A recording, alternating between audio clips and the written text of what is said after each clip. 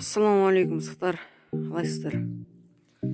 Бүгін мінекей біздің дүмбілдерді түсіріп жатырмыз достар. Мінекей біздің парнигіміз, бірінші парнигіміз, жылыжайымыз.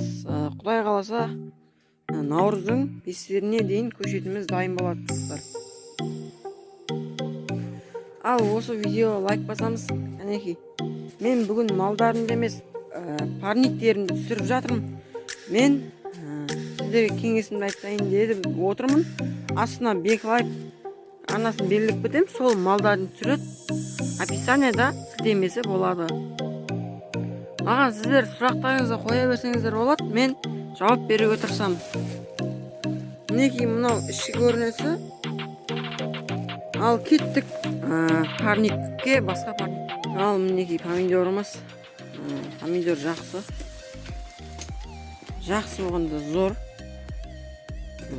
Укроп егіп қойғанбыз. Укроп шығып жатыр.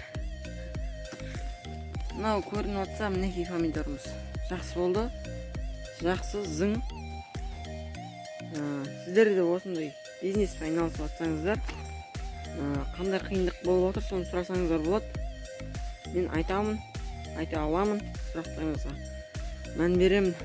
Жазыңыздар комментарияға. Ал пысықтар, пысықсыңдар. Әнекей пысықтар, пысық екендерін дәлелдеңдер. Жақсы видеолар шығады алда. Каналға тіркеліп қойсаңыздар үлкен алғыс. Давайте, анау бәдіреңдер. Мінекей біздің огурцимыз, бәдіреңдер шығып жатыр, жақсы болып жатыр. Мінекей біз осылай жауып тастағанбыз. Нерге 12.000 бәдірің ектік. 7-7 ыстағанға салып, екіге бір топырақ араластырып ектік. Мынау алдылары қалай жақсы шыққан ба негізі? Жақсы шықса достар, осы видеоға лайк басып кетсеңіздер, сіздерге алғыс білдіре аламын. Менен сұрай білсеңіздер болады. Жақсы жаңалықтар айтуға тырысамын. Сіздерге мен айтайын. Біз бұны 20 февральда еккенбіз. Осы шығып жатыр общем. Пешті күндіз-түні жағып жатырық. Әлі толық шықпаған.